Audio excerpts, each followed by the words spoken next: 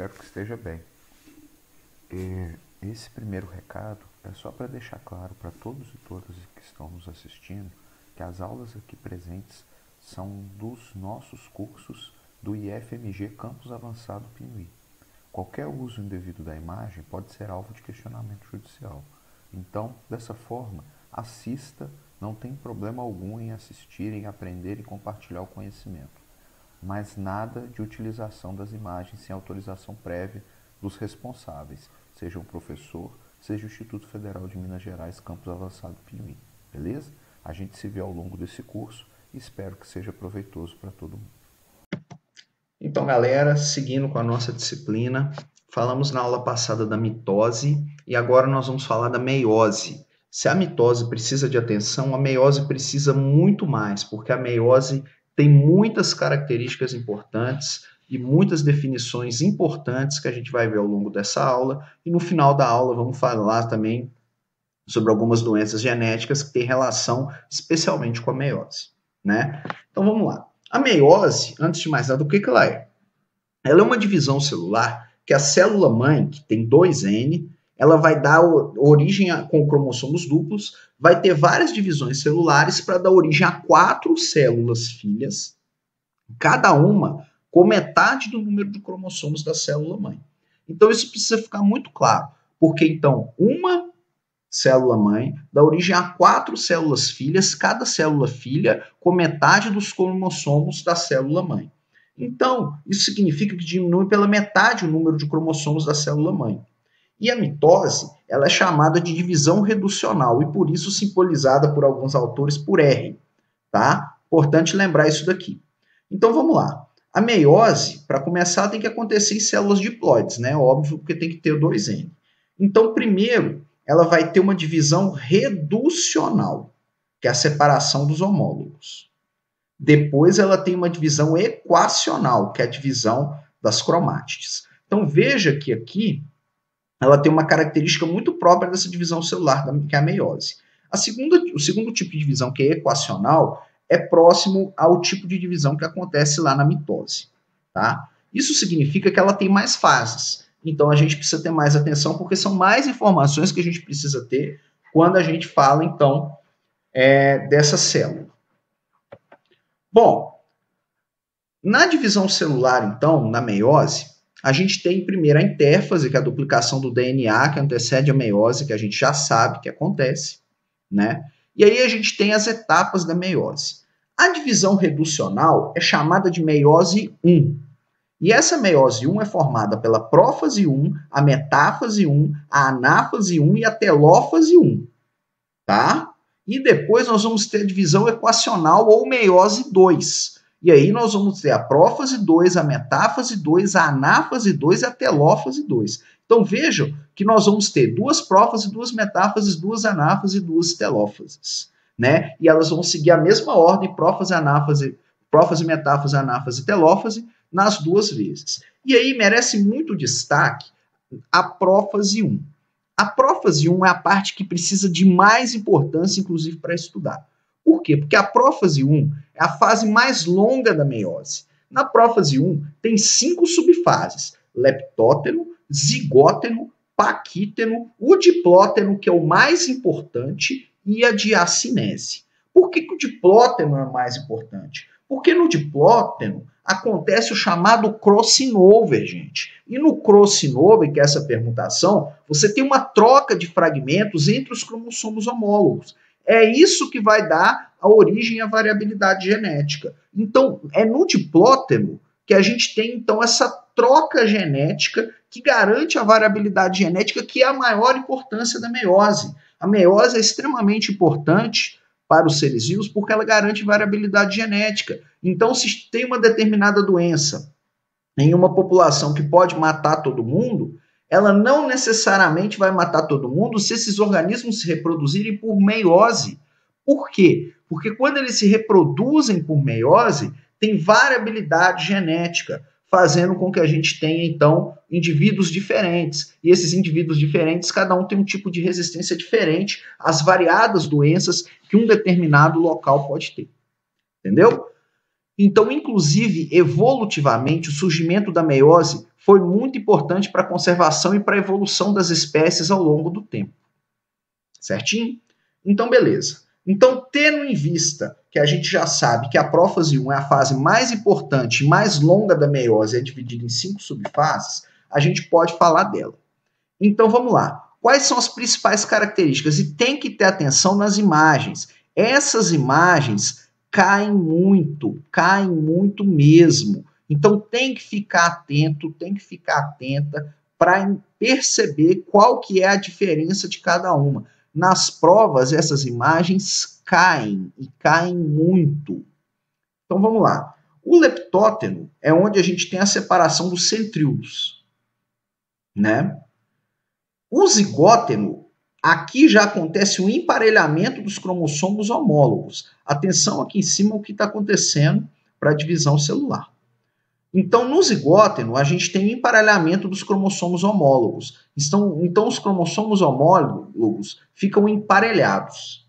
No paquíteno, a gente já tem os tetradesobivalentes presentes, preparando para acontecer o crossing over, que vai acontecer na fase do diplóteno, que é quando a gente tem essa mistura do material genético até a gente ter aqui a diacinese, que é a terminalização dos quiasmas. Então, ao fim da diacinese, acaba então a prófase 1, para dar seguimento à divisão celular que acontece na meiose 1, né? Então, vamos lá. A gente tem aqui no paquíteno, né, os tetradesobivalentes, os cromossomos homólogos ou pareados, e aí no diplóteno a gente tem essa mistura, que são esses quiasmas, né? Então, eles permutam em cima e embaixo, garantindo, então, uma modificação cromossômica, que é o resultado dessa permutação, que é a variabilidade genética, que acontece aonde? No diplóteno da prófase 1. Beleza? Então, vamos lá. Seguindo, então, na meiose. Então, a gente tem na meiose 1, a gente já viu a prófase 1. Então, aqui já aconteceu o crossing over, já teve a mistura de material genético. Então, aqui na metáfase 1, os cromossomos homólogos estão pareados, um oposto ao outro, presos às fibras do fuso da placa equatorial da célula. Então, veja que agora a metáfase 1 ela já é similar à metáfase da mitose. Então, as características são parecidas. Então, tem os cromossomos homólogos aqui no centro e as fibras do fuso começando a puxar, então, esses cromossomos para as regiões da ponta, né, para as regiões do fuso, ao invés desses cromossomos ficarem na região equatorial.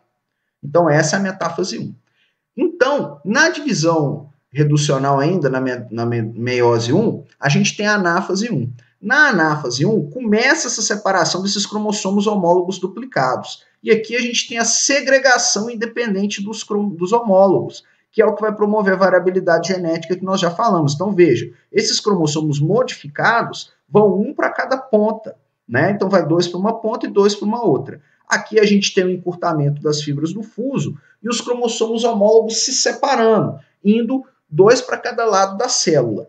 Atenção que não tem divisão do centrômero. Isso é uma diferença muito importante. Por que não tem? Porque nós estamos na meiose 1. Lembra que a meiose ela se divide em meiose 1 e meiose 2. Então, na anáfase 1, não tem divisão do centrômero. Então, você tem os cromossomos homólogos se separando, indo cada um para um lado, mas sem divisão dos centrômeros. Muita atenção nisso daí para não confundir. Aí a gente tem em seguida a telófase 1. Na telófase 1, a gente já tem a formação aqui de novos núcleos, né? A gente começa aqui a divisão citoplasmática, a citocinese centrípeta, e essa célula-mãe está originando 2 células filhas N. Lembra que nesse momento ainda não teve a divisão equacional, a divisão é reducional. Era 2N e está passando a ser N.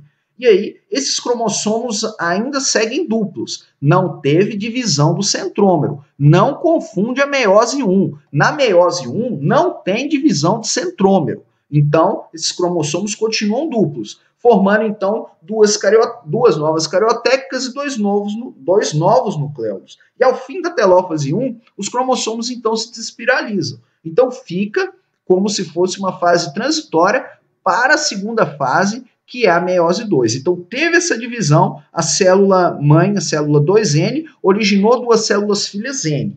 Agora, nós vamos para a próxima fase. Aí agora a gente começa a prófase 2, tá? Cada uma das duas ali. Então agora na prófase 2, o que a gente vai ter? Duplicação dos centríolos, espiralização dos cromossomos e desaparecimento da carioteca. Então, mais uma vez, a gente tem características que lembram em todas as prófases, tanto na prófase da mitose, quanto na prófase 1, que vai se dividir naquelas 5 fases que nós vimos na meiose 1. Agora, na meiose 2, a prófase 2, então, ela tem esse processo de condensação, né, dos cromossomos, a carioteca desaparece e a gente vai ter o centríolo se duplicando. Aí começou a duplicação, a gente vai ter, então, a metáfase 2. Então, veja que a metáfase 2 lembra um pouco a metáfase da mitose e lembra um pouco a metáfase da meiose 1 com algumas características próprias. Então, os cromossomos duplos não homólogos atingem o grau máximo de espiralização. Então, aqui fica no tamanho máximo, o grau máximo de espiralização, igual aconteceu lá na metáfase da mitose. E aí esses cromossomos vão se associar às fibras do fuso, alinhando no equador da célula. Então, os cromossomos ficam aqui no equador e a gente tem, né, as fibras do fuso, né, cada uma numa ponta, puxando esses cromossomos. E eles ficam pareados lado a lado na placa equatorial. Então, quando eles estão pareados lado a lado com o grau máximo de espiralização, a gente tem a metáfase 2. E aí passa-se, então, para a divisão em si do centrômero, que é quando a gente tem a anáfase 2. Então, na anáfase 2, aí a gente tem o encurtamento das fibras do fuso e a divisão do centrômero. Então, agora que esse centrômero vai dividir. Lembra que na anáfase 1, que aconteceu na meiose 1, não houve a divisão do centrômero. Na meiose 1, não tem divisão do centrômero. Essa divisão do centrômero acontece na anáfase 2, ou seja, na meiose 2. É aí que vai acontecer esse processo. Então, é importante a gente estar atento, que significa que cada cromossomo duplo, então, origina 2 cromátides irmãs, que são esses cromossomos simples se separando. E esses cromossomos simples, então, são puxados para os polos da célula. Esse é o processo que acontece. Então, a gente tem que ficar atento, porque é na anáfase 2 que a gente vai ter, então, essa situação acontecendo, que a gente vai ter a separação das cromátides acontecendo. E aí nós temos a telófase 2. Na telófase 2, a gente tem, então, a citocinese acontecendo, a gente tem a divisão do citoplasma, originando 4 células filhas. Então, é agora, na citocinese, que a gente vai ter as 4 células filhas que a meiose se propôs a originar. E essas células filhas são haploides e têm cromossomos simples. Não vão ter mais cromossomos duplos igual tinha ao fim da meiose 1. Então, agora a gente vai ter a finaleira mesmo, com a carioteca e o nucleolo reaparecendo, os cromossomos se descondensando, formando, então, o final da meiose. Então, tem que ter muita atenção. A meiose tem muito mais fases do que a mitose e demanda muito mais atenção nesse processo de divisão celular.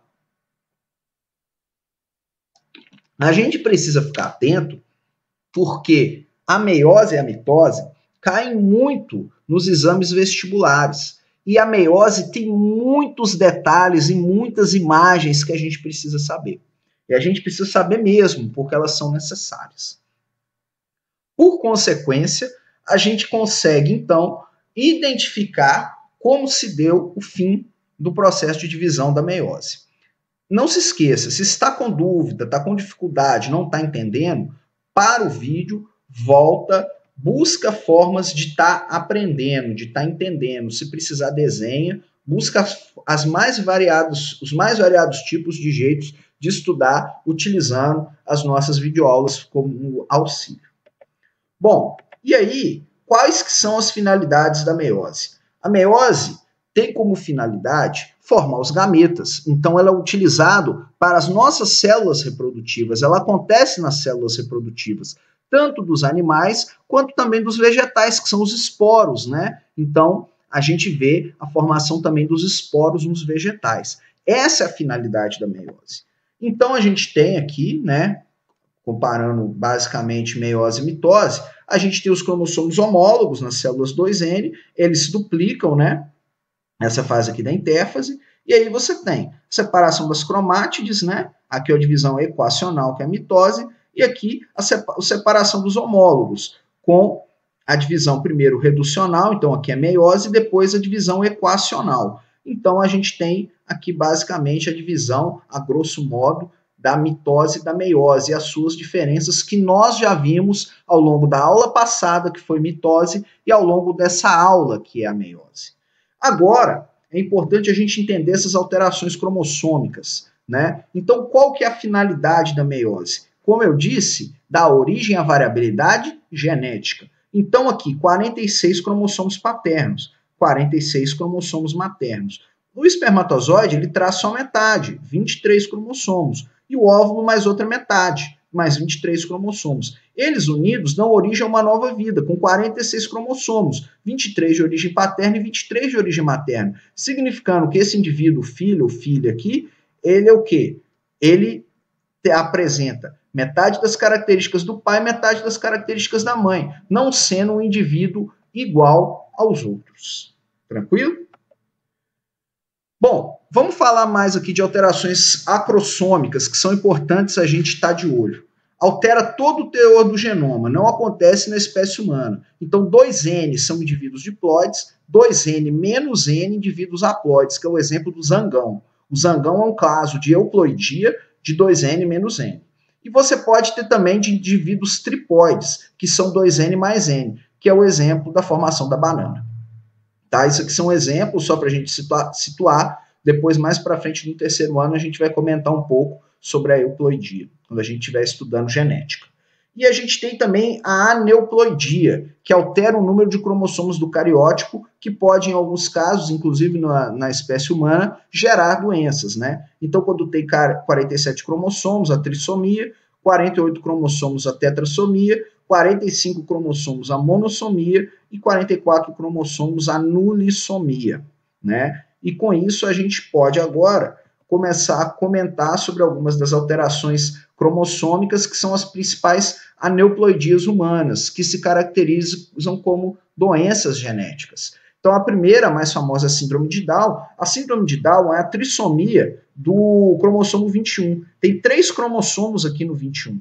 Então, os cariótipos possíveis do homem é 45A mais XY e da mulher 45A mais XX. O que vai causar, então, a síndrome de Down? Algum erro na distribuição dos cromossomos durante a formação dos gametas, do espermatozoide e do óvulo. Algum deles vai carregar, então, esse erro de distribuição cromossomal. O que pode ajudar, né, que pode ser fatores que podem contribuir para o desenvolvimento da síndrome de Down